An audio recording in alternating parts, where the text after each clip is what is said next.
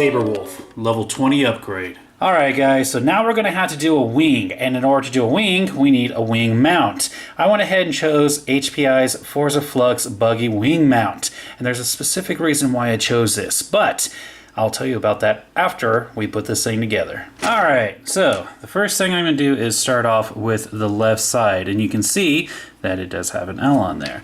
I'm going to get this center brace, I'm going to slide it right into position with this lip on the inside of the wing. And then I'm going to go ahead and get this outside brace, and you can see there are numerous options for me to hook this up. I'm just going to do it with this setup right here.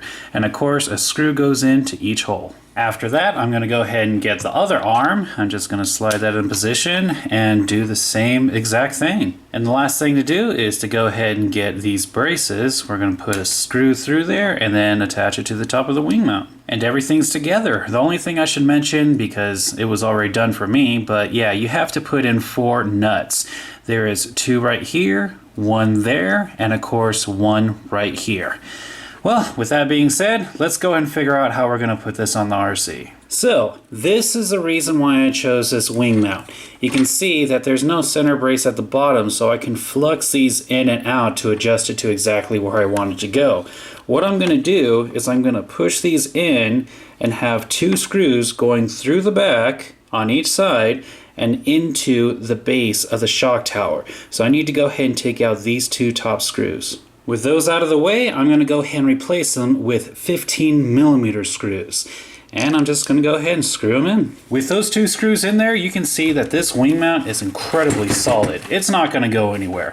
However, I would feel a little bit better if we utilize these 2 top screw holes. So what I'm going to do is I'm going to go ahead and use some of the leftover plastic from the Predator body, and I'm going to go ahead and cut out a brace. Alright, so I went ahead and cut out a basic square piece. I'm going to slide this into position, and then with Sharpie, I'm just going to mark out what I don't need and cut off all the excess. Alright, and there you have it. As you can see, I went ahead and cut little grooves in for every single detail on that rear shock tower.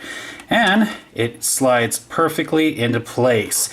Now what I'm going to do is I'm going to go ahead and eye out to see exactly where those screws go in, and then I'm going to go ahead and drill 2 holes.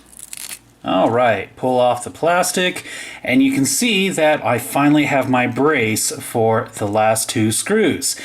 But in my honest opinion, this clear plastic's going to stick out like a sore thumb. So to make it better, I have some vinyl wrap that I'm going to go ahead and put over that, and then we'll go ahead and put it on. Alright, so that looks a lot better. Now for the back, I really don't have to worry about too much because, well, all this is going to be covering it. However, I did add a little extra lip for this vinyl wrap, so when it gets pinched against the shock tower, it's not going to let it come undone because, yes, there is going to be a lot of wear and tear on this over time.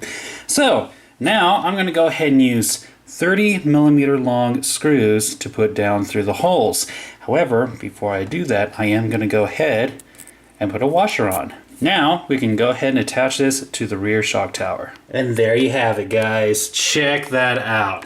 Now you don't want to over tighten these screws, but yes, now this thing is very solid. Before, and of course here is after. It looks so good and it's really solid. I mean, all I need now is a wing, and that's it. But anyways, this wouldn't have been possible without the people who donated to me on Patreon. So thank you everyone for helping me out. And that was a level 20 upgrade for Saber.